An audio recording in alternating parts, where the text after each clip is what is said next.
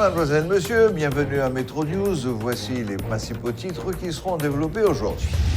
Le Premier ministre Ariel Henry a rappelé que les marchés publics doivent respecter les 4 principes de bonne gouvernance.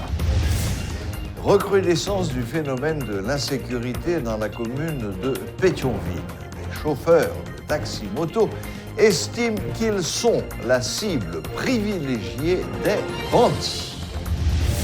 Célébration ce vendredi 3 décembre de la Journée internationale des personnes handicapées. Une journée de réflexion lui a été consacrée.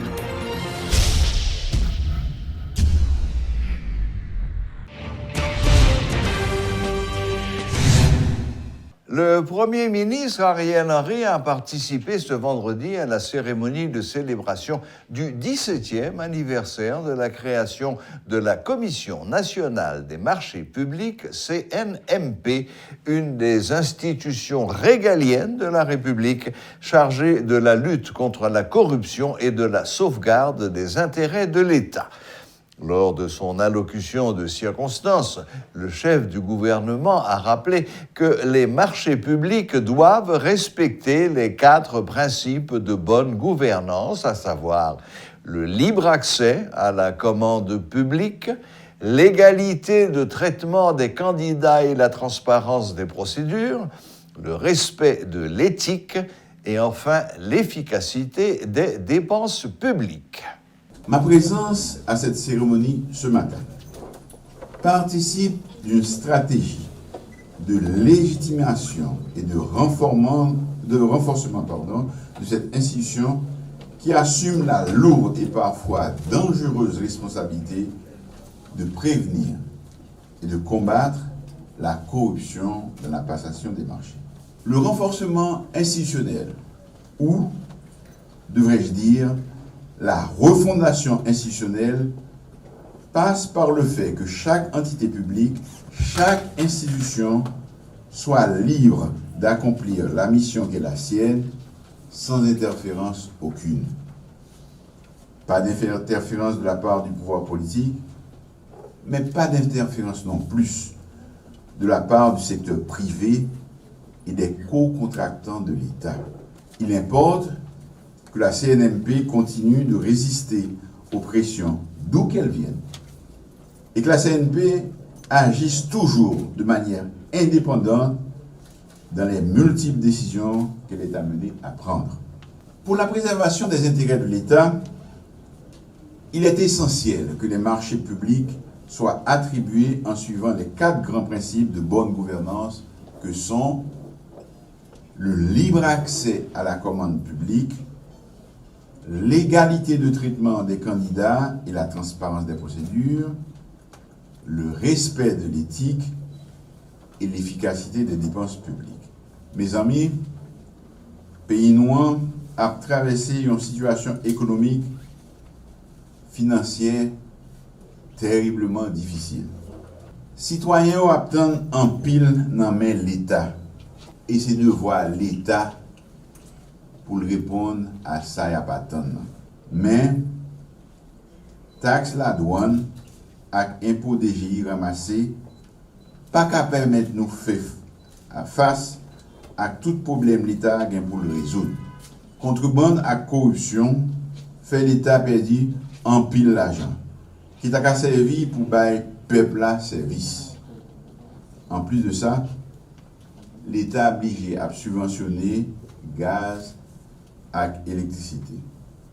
Dans un domaine où les enjeux sont de taille, où des contrats onéreux sont passés entre l'État et des personnes morales de droit privé, les tentations de détournement et de malversation sont omniprésentes.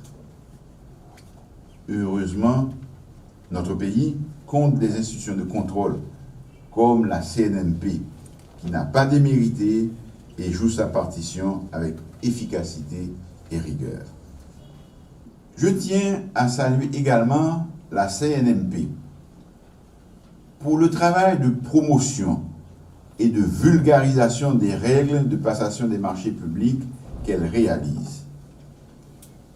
les séminaires de formation organisés pour des organisations qui en sollicitent, l'information des journalistes sur le sujet, les rencontres de sensibilisation auprès des organisations de la société civile, les concours universitaires sont autant d'initiatives louables qu'il faut poursuivre. Je ne saurais terminer mon propos sans vous donner l'assurance que le gouvernement que j'ai l'honneur de diriger n'interférera pas dans le travail de la CNMP. Le gouvernement tiendra compte de ces recommandations et acceptera ces décisions. Même en période d'urgence, je veillerai à ce que les procédures soient respectées. J'attends aussi que l'institution travaille, elle aussi, avec célérité et ne constitue en aucune manière un frein ralentissant l'action gouvernementale. Je dis bonne fête à toute l'équipe qui, cependant, ne doit pas dormir sur ses lauriers, mais doit continuer à aller de l'avant. Des chauffeurs de taxi-moto de la commune de Pétionville dénoncent les actes de violence dont ils sont victimes dans cette municipalité. Selon eux, ils sont la cible privilégiée des bandits depuis le début de l'année. Ils invitent la police à prendre ses responsabilités. Suivez ce reportage de Rudolf Pierre-Louis. La commune de Pétionville n'est plus ce qu'elle était, du moins ces derniers temps, beaucoup de choses changent. Des tirs nourris, des cas d'assassinat, des démonstrations violentes orchestrées par des individus non identifiés sont devenus monnaie courante. Incroyable mais vrai, des individus circulant sur motocyclette dépouillent d'autres motocyclistes de leurs véhicules une fois la nuit tombée, une pratique que dénoncent certains d'entre eux. L'insécurité n'est pas bon pour nous-mêmes parce que l'arrière, c'est les jours où nous vivons. Parce que si nous ne prenons pas l'arrière, nous ne pouvons pas manger. Bon, chaque fois, chaque matin, nous lever, nous allons mourir. Ça nous frustre nous-mêmes. Hein? Nous frustre. Moi-même, des fois, tout. Nous compte 7 ans, dans l'arrière, depuis 4 ans, m'oublie d'entrer, depuis tout le bureau, m'oublie d'entrer. Parce que nous faisons prudence, parce que nous avons dit pour nous. La liste des victimes est longue. Après le vol, ces derniers n'ont d'autre choix que de trouver une autre motocyclette pour gagner leur pain quotidien. Mais comment? C'est la grande question. Nous sommes là, oui, nous veillons en bas, nous avons l'État qui pas ici rien. Nous avons sauté là pour voir pour pas une grande police là, oui, pas de sécurité. Ou même pour aller déposer mon dans la ville, vous devez couper clou parce que ou toujours attendre, il y a des âmes soit à n'importe quel moment pour moto. Dernièrement là, besoin d'amis en bas là, au fusil en tête pour moto normalement. Nous avons une situation qui va bon pour nous tout.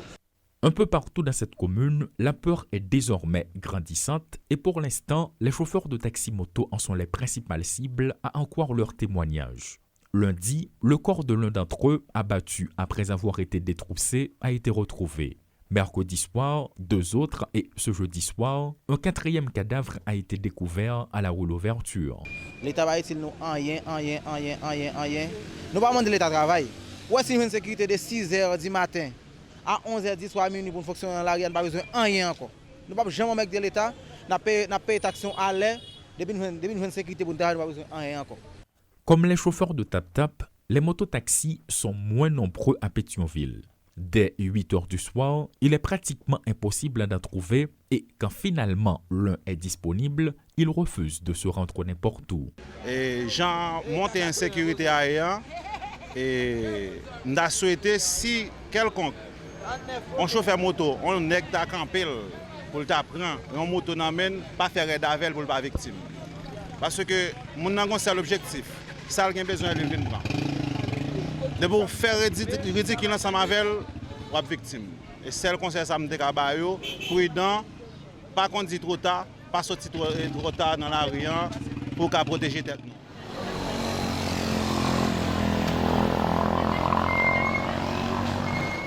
Des chauffeurs de taxi-moto sont dans le collimateur des individus armés dans la commune de Pétionville depuis quelques semaines. Plusieurs d'entre eux sont déjà tués par balle parce qu'ils sont réticents et ceux qui sont plus sages ont uniquement choisi de livrer leur moto sans broncher. Certes, parmi les mauvais grains, il y a de bons grains, mais tout porte à croire que circuler le soir dans la commune de Pétionville est loin d'être une partie de plaisir. Claude Désir et Rudolph Pierre-Louis pour Télémétropole. La Fondation Maurice Sixto condamne le système d'esclavage moderne contre les enfants en Haïti. Baptisée Sainte-Anise, cette entité exhorte les parents des villes de province, à éviter d'envoyer leurs enfants à Port-au-Prince. Par ailleurs, la Fondation a également dénoncé la traite des êtres humains en Haïti et appelle les autorités à prendre de nouvelles mesures afin de contrôler les frontières avec la République voisine où se fait toujours ce trafic. Parce que nous, non pays, côté, il y a tendance, toujours tendance, à prendre les gens comme esclaves. Parce que si nous regardons, colons, là, nous avons chassé dans la colonie. Mais les gens qui étaient restés dans la colonie, les Noirs qui étaient restés dans la colonie, ils étaient venus tourner les colons eux-mêmes, qui étaient utilisés pour faire les gens comme esclaves. Et c'est ça qui grandit la nous, qui fait que jusqu'à présent, nous avons appelé Timoun en domesticité.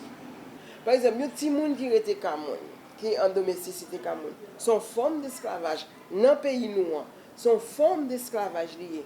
Pour qui ça? Parce que Timoun ça, il levait plus bonheur que tout le monde, il fait tout gros travail que petit monde n'a pas fait, même grand monde n'a pas fait, il dormit pita, il mangeait plus mal, il pas à l'école, il pas jouer soins santé, il pas gagner une protection, un amour. Mais il y a des gens qui levé depuis le petit, par exemple à 6 ans, il était comme à 18 ans, de 6 ans à 18 ans, il n'a pas changé comme ça, il est l'amour, il n'est pas capable. Il n'est pas capable l'amour. Parce qu'il ne pas connaît. N'importe qui met ton âme dans il dit tuer mon ça pour moi. La fait. Parce qu'il n'a pas aucun sentiment qui fait pour le remettre mon ça pour le dire m'a protégé. Donc nous sommes capables de dire aujourd'hui, nous travaillons pour nous arriver dans la société que nous gagnons là. Et c'est nous-mêmes qui construisons la société ça. C'est nous-mêmes dans l'habitude nous dans traiter monde, genre nous traiter monde qui baille moun ça que nous gagnons aujourd'hui qui prend revanche. Et ça qui dû, ça que l'autre prend revanche là, il pas prend revanche sur moun qui t'a maltraité là, il prend revanche sur nous toutes, sur n'importe qui. C'est ça qui m'a. Le bureau du coordonnateur résident du système des Nations Unies et ses partenaires en Haïti ont organisé une journée de réflexion afin de sensibiliser les différents acteurs à agir de manière à pleinement prendre en compte les préoccupations et les besoins des personnes handicapées dans le pays. Une activité qui visait à marquer la Journée internationale des personnes handicapées ce vendredi 3 décembre. À cette occasion, l'ancienne secrétaire d'État à l'intégration des handicapés, Swanette Désir, a appelé les responsables à faire une place aux personnes souffrant d'une déficience au sein de la société haïtienne. C'est une activité qui permet que, normalement, l'organisation pour handicapés avec l'Agence des Nations Unies autour continuer à réfléchir sur les recommandations que le comité droit des handicapés a fait à l'État haïtien en 2018. L'année dernière, il a réalisé encore il a réalisé un atelier autour de recommandations, mais vraiment, je dis, c'est une activité qui permet que normalement, ils mettent accent sur le suivi qui pourrait être fait par rapport avec les recommandations qui étaient faites dans l'activité l'année dernière. Donc, c'est une façon pour regarder état des lieux de recommandations, donc parmi lesquels moi-même j'étais surtout là pour me regarder état des lieux de l'article 6 sous Convention de relations sous les handicapés, parce que une recommandation c'était surtout pour l'État lui-même prendre des mesures pour modifier la politique nationale femmes et garçons ainsi que plan 2014-2021. Donc jusqu'à présent, c'est sûr que moi-même j'étais là pour nous regarder degré de mise en œuvre. Là, nous regarder effectivement recommandation ça comité a été fait, mais le moi j'étais coordonnatrice organisation Union des femmes à mobilité réduite d'Haïti, nous avons fait des tentatives vers le ministère Conditions féminines et droits femmes. Donc, il n'a pas abouti. Le moins venu dans le gouvernement comme secrétaire d'État, donc nous avons continué à faire des démarches auprès de Conditions féminines encore une fois, donc qui peut aboutir. Donc, c'est sûr que l'organisation via coordonnatrice AI, Charline Augustin, donc a continué à faire suivi auprès du ministère là pour que soient capables d'adopter des mesures pour rendre politique nationale femmes et garçons inclusifs et femmes actives qui handicapées et puis pour intégrer donc question femmes actives qui handicapées dans le cadre du travail ministériel. Parce que pas oublier, l'important pour nous continuer à mener plaidoyer comme ça parce que question handicap là, est transversale. Donc BCF c'est bureau secrétaire d'État à l'intégration des personnes handicapées, mais vraiment chaque ministère, chaque institution doit jouer rôle par eux vraiment pour capable permettre que l'État lui-même lui arrive mettre en application la convention. Parce que pour convention respecter, il faut que chaque ministère prenne responsabilité dans ce sens-là. Le gouvernement, les oppositions et la société civile ont fini par s'entendre et ont signé ce qu'on a appelé l'accord de Montana, ce qui a débouché tout naturellement sur la formation d'un nouveau gouvernement. Mais où en est-on aujourd'hui? C'est ce que nous allons essayer de savoir avec notre invité du jour. Il s'agit de M. Jacques Ted de Syndic. Il est membre du bureau de suivi de l'accord de Montana. Bonsoir, M. Syndic, et bienvenue sur Métro News. Bonsoir, M. Clan. Bonsoir les auditeurs, auditrices et téléspectateurs, téléspectatrices de Radio Métropole. C'est un plaisir d'être avec vous. Et puis, rapidement, je rectifie pour vous dire que le gouvernement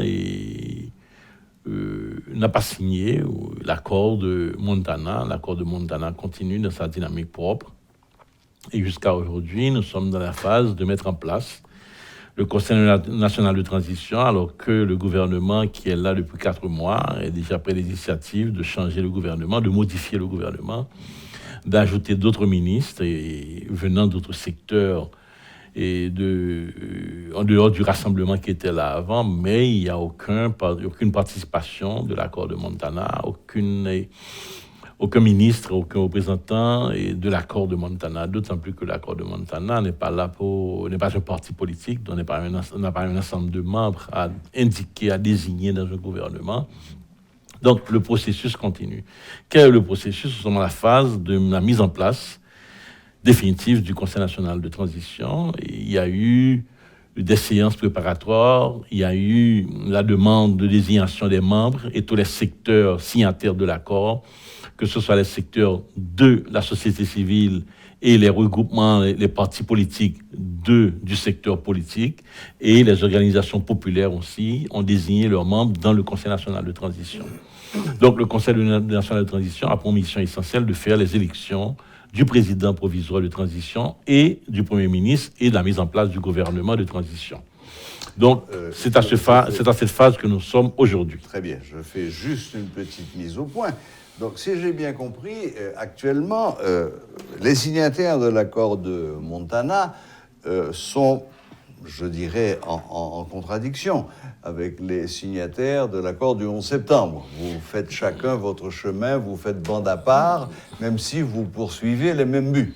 Très bien. Et en fait, la première chose, c'est que nous ne sommes pas en contradiction fondamentale avec eux, nous sommes dans une direction tout autre que celle qu'ils ont pris entre-temps. Donc, cette forme d'organisation, cet accord que nous avons pu élaborer grâce à la participation sur une base consensuelle de l'ensemble d'acteurs de la société civile et des partis politiques, nous met dans une construction nouvelle. Parce que l'objectif fondamental que nous avons, c'est récupérer la souveraineté sur les décisions politiques à l'intérieur du pays. Et c'est mettre en dehors de la vie politique immédiate du pays, en dehors des discussions politiques qu'on peut avoir avec les puissances étrangères, en dehors des discussions économiques qu'on peut avoir avec les puissances internationales, mais cependant dans le domaine de la politique intérieure, et l'accord de Montana vise à recouvrer cette souveraineté qui permet au pays de désigner les responsables, de monter un gouvernement et de prendre des initiatives politiques. Donc c'est à ce stade que nous sommes. Donc le 11 septembre, c'est un accord qui est venu, ou du moins c'est une coalition qui est venue en support au pouvoir qui était déjà là, installé depuis le 18 juillet. Exactement, et il y en a d'ailleurs qui crient victoire sur tous les toits. Je pense en particulier à l'opposition démocratique et populaire. Donc, en d'autres termes, vous ne reconnaissez pas le nouveau gouvernement. Ce n'est pas que nous ne reconnaissons pas le nouveau gouvernement. Nous sommes dans une situation, et la situation pour nous, il y a un gouvernement de fait. Oui. Il y a un gouvernement de fait. C'est une réalité politique. Nous vivons avec. Sauf que dans l'accord, il est prévu qu'à un certain moment, les dirigeants qui sortiront de l'accord de Montana auront, non pas les dirigeants effectivement, mais cependant la structure qui sera mise en place à partir du bureau de suivi de l'accord et des autres membres qui viendront en appui à ce bureau-là pour mener les négociations politiques. Donc on aura des négociations politiques sérieuses avec quel que soit le gouvernement de fait en place au moment de cette nouvelle mise en place d'un gouvernement de transition. Donc, pour nous, aujourd'hui, il y a un gouvernement transitoire qui nous conduira vers un gouvernement de transition. Donc, c'est un moment peut-être parce que vu le vide qui pourrait éventuellement exister à un certain moment, et il est toujours difficile d'avoir un vide politique dans un pays. Donc nous avons compris qu'il y a eu une initiative, mais une initiative qui n'était pas venue de la société haïtienne, mais du pays, mais qui était venue des instances internationales, particulièrement le corps groupe, qui a décidé un moment par un tweet de dire à M. Henry d'aller assurer une forme d'intérim jusqu'à ce qu'ils arrivent au moins à rétablir la situation. Mais nous n'attendons pas que ce soit les Américains ou les puissances internationales qui rétablissent la situation. Nous nous sommes dit, depuis 8 mois que nous y travaillons, que la solution doit être une solution purement haïtienne. D'accord. Bon, oui, votre explication est parfaitement claire. Ça ne signifie pas que la situation soit parfaitement claire, parce qu'il va bien arriver un moment où l'actuel gouvernement que vous avez qualifié de provisoire va se trouver, j'ai utilisé l'expression en contradiction tout à l'heure, ce n'est peut-être pas le meilleur mot, mais va se trouver face à un autre gouvernement qui, lui, sera issu de l'accord de Montana. Vous avez parlé de s'asseoir, de discuter et de trouver un consensus. Vous y croyez vraiment ? Et nous y croyons, et nous y travaillons aussi. Des fois, nous ne faisons pas que croire, nous y travaillons pour y arriver là. D'autant plus qu'on a eu des rencontres déjà avec M. Henry. Très bien. On a eu une première rencontre au cours de laquelle nous avons précisé à M. Henry qu'il y a toujours une possibilité pour qu'il intègre l'accord de Montana. Et si les forces politiques qui le soutiennent pour le moment peuvent toujours l'aider à venir et à rester Premier ministre, ou éventuellement s'il a d'autres ambitions, comme il le démontre maintenant, il veut être et président et Premier ministre, et un cas inédit dans l'histoire de ce pays depuis 1987, avec la nouvelle constitution, mais nous sommes dans une situation de fait. Nous regardons cela, donc nous lui avons dit ça dès la première rencontre. Maintenant, au cours de la deuxième rencontre que nous avons eue avec lui, et bon, alors qu'il parlait de son succès personnel, de ses réussites politiques et ses acquaintances politiques et tout ça, nous avons pris la décision d'écrire à M. Henry, de lui dire précisément, de nous dire par écrit comment on pourrait négocier effectivement la situation politique d'aujourd'hui au profit du peuple national haïtien. Parce que la question pour nous, ce n'est pas une affaire de pouvoir.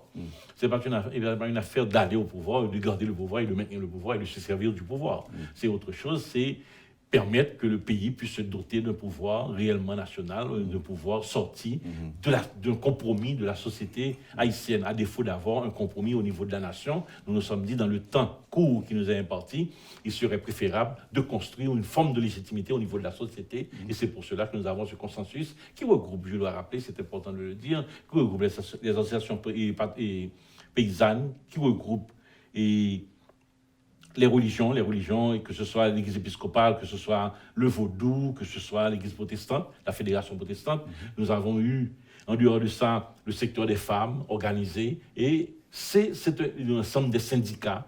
Donc, c'est un processus de société qui s'établit, sachant que certainement pour avoir la capacité de diriger le pays, il nous faut une certaine légitimité. Et la légitimité doit être une légitimité de société, non pas une légitimité américaine ou une légitimité canadienne ou française qui pourrait décider de l'avenir de ce pays. Donc nous sommes de cette démarche, de cette dynamique-là, et nous sommes en train de discuter et avec le pouvoir local qui est là, et aussi avec l'international.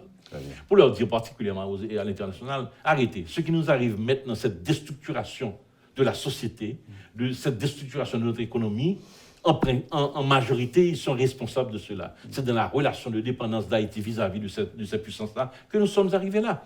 Et la grande inquiétude qu'il y a maintenant, et même pour eux aussi, c'est de croire que Haïti peut devenir se transformer en une forme de Somalie dans la Caraïbe. Alors là, j'ai entendu cela m'a quelque peu choqué, mais en fait, notre combat et notre objectif fondamentalement, c'est empêcher d'arriver à ce chaos fondamental, ce chaos qui viendrait diviser le pays et le mettre sous tutelle complètement par rapport aux puissances internationales, ou du moins s'il pourrait bien nous abandonner, bien que ce serait un peu difficile, d'autant plus il y a une proximité avec la République dominicaine, qui pour nous, qui les empêcherait de nous laisser fondre de cette situation chaotique, mais en même temps, ça devrait susciter chez nous cette forme de responsabilité patriotique, cette forme de responsabilité citoyenne de dire que ce pays ne veut pas sombrer dans cet état-là. Donc c'est dans cette dynamique que nous sommes.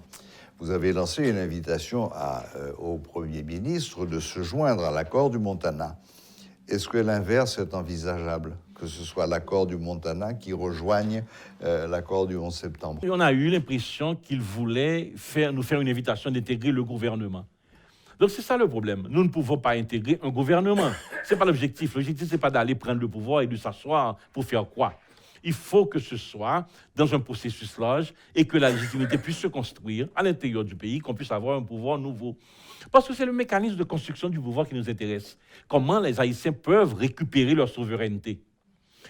Parce que ce qui arrive, tant qu'un pays n'est pas souverain, les problèmes fondamentaux ne peuvent pas s'adresser. On ne peut pas adresser les problèmes fondamentaux. On ne peut pas comprendre les difficultés sociales, les conflits de société qu'il y a dans le pays. Parce qu'il n'y a pas moyen de les résoudre. Parce qu'en final, on va se référer toujours à la puissance internationale pour les résoudre. Il y aura toujours cette couverture qui nous permet de faire n'importe quoi et à la fin d'aller dans des formes d'impunité. Et de cette démarche-là, nous la construisons en tant que responsables citoyens dans un pays. Nous croyons qu'il est nécessaire de récupérer ça et d'aller de l'avant, non pas d'intégrer un gouvernement, mais construire un pouvoir nouveau. Parce qu'en fait, nous sommes dans une continuité.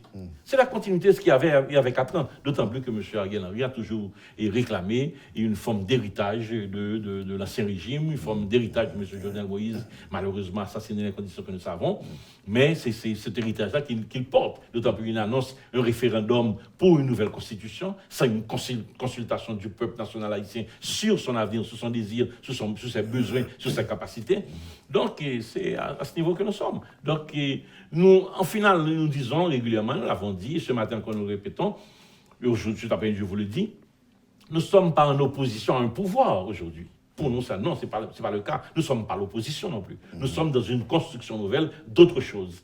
Et tous les citoyens, tous ceux qui sont intéressés à l'avenir du pays sont appelés à venir, à travailler ensemble pour construire ce renouveau et cette option nouvelle de construction d'un État. Une dernière question, Monsieur Syndic. Malheureusement, le temps passe et il passe trop vite.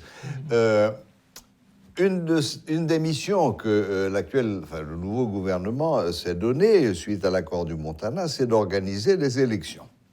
Ah oui. Alors, le 11 septembre, dans l'accord du 11 septembre, ils ont dit qu'ils allaient organiser les élections rapidement. Oui. Je ne sais pas comment. Dans les conditions dans lesquelles nous vivons là aujourd'hui, il n'y a pas moyen d'organiser les élections. Il n'y a aucune sécurité, il n'y a aucun plan. Il n'y a aucun plan de sécurité. Il ne suffit pas d'acheter des blindés et aller combattre les bandits éventuellement.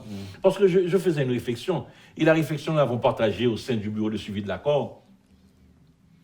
Est-ce qu'il faut annoncer que les gens vont mourir s'ils ne corrigent pas leur attitude, mais leur comportement, en kidnappant les personnes ou en les tuant? Mais qu'est-ce que les gens ont peur? Les bandits, ils ont peur de la vie. Ce n'est pas de la mort qu'ils ont peur. C'est de la vie qu'ils ont peur. Vivre autrement, chercher autre chose, recouvrer la vie normale, devenir des mounes. Et c'est ce que nous devons reconstruire. Leur donner cette mounité, cet aspect qui nous fait que nous sommes haïtiens, qui nous permet de vivre ensemble, de vivre en communauté. C'est ce qu'il faut reconstruire. Il faut reconstruire ce sentiment de monité, ce sentiment de monde à l'intérieur des conditions déplorables où ils vivent. À l'intérieur des conditions des zones que l'on qualifie de zones marginales. Il faut reconstruire la vie. Il faut leur imposer la vie. Et c'est ça le grand combat à mener aujourd'hui. C'est remettre la vie au centre des préoccupations de ceux qui veulent détruire la vie. Ils ont peur de la vie. Et c'est ça la grande préoccupation. Il faut reconstruire la vie, leur donner l'espérance que la vie qu'ils mènent aujourd'hui n'est pas une fatalité, n'est pas une réalité définitive. On peut la changer. Et c'est ça. Et je crois que de l'esprit de Montana, dans le cadre de ce consensus national, de ce consensus large, où les citoyens, les sociétés, les membres de la société, les organisations de la société, que ce soit le secteur privé, les secteurs de l'Église, les secteurs de l'école, les secteurs intéressés à autre chose, et même l'international, ils doivent comprendre aujourd'hui que ce pays peut faire autre chose et autrement. Et c'est ce que nous prenons, c'est ce que nous voulons construire ensemble. Intéressant paradoxe, avoir peur de la vie plutôt que de la mort. C'est bien la formule. Ouais. C'est la vie, nous devons proposer la vie. Et c'est la vie que nous recherchons. Une vie meilleure, une vie différente. Eh bien, monsieur Syndic, il ne me reste plus qu'à vous remercier d'abord d'être venu ici, de nous avoir accordé un peu de votre temps et d'avoir jeté un éclairage tout à fait précis et clair sur ce que les signataires de l'accord du Montana recherchent et ce que vous êtes prêts à faire. Merci encore et bonne fin de journée. Non, j'apprécie énormément. Je vous remercie de l'invitation. Franchement, et c'est intéressant. En fin de journée, je vais certainement rentrer chez moi et puis je passe chez vous et puis on peut discuter de cela et de cette réalité-là et interpeller les citoyens qui sont comme nous, concernés par cette situation-là, concernés par l'incapacité de sortir, l'incapacité de voyager, l'incapacité d'aller visiter leurs parents, l'incapacité de pouvoir faire leur business normalement, l'incapacité d'aller à l'école, de leur dire qu'il est possible de faire autrement, il est possible de changer ça. Mais pour le faire, il faut qu'il y ait un gouvernement et une légitimité collective de société qui puisse aborder effectivement cette réalité et la transformer. On peut en sortir et cela dépend uniquement de nous. Absolument. Et nous avons les capacités, nous avons les ressources humaines pour le faire. Merci encore. Bonne fin de journée. Voilà, c'était monsieur Jacques Ted Syndic, membre du bureau de suivi de l'accord du Montana, qui nous tenait informés de l'évolution des choses à l'intérieur de ceux qui ont signé cet accord. Voilà, la boucle est bouclée. Merci de nous rester fidèles. Très bon week-end à toutes et à tous et à la prochaine, même heure, même chaîne.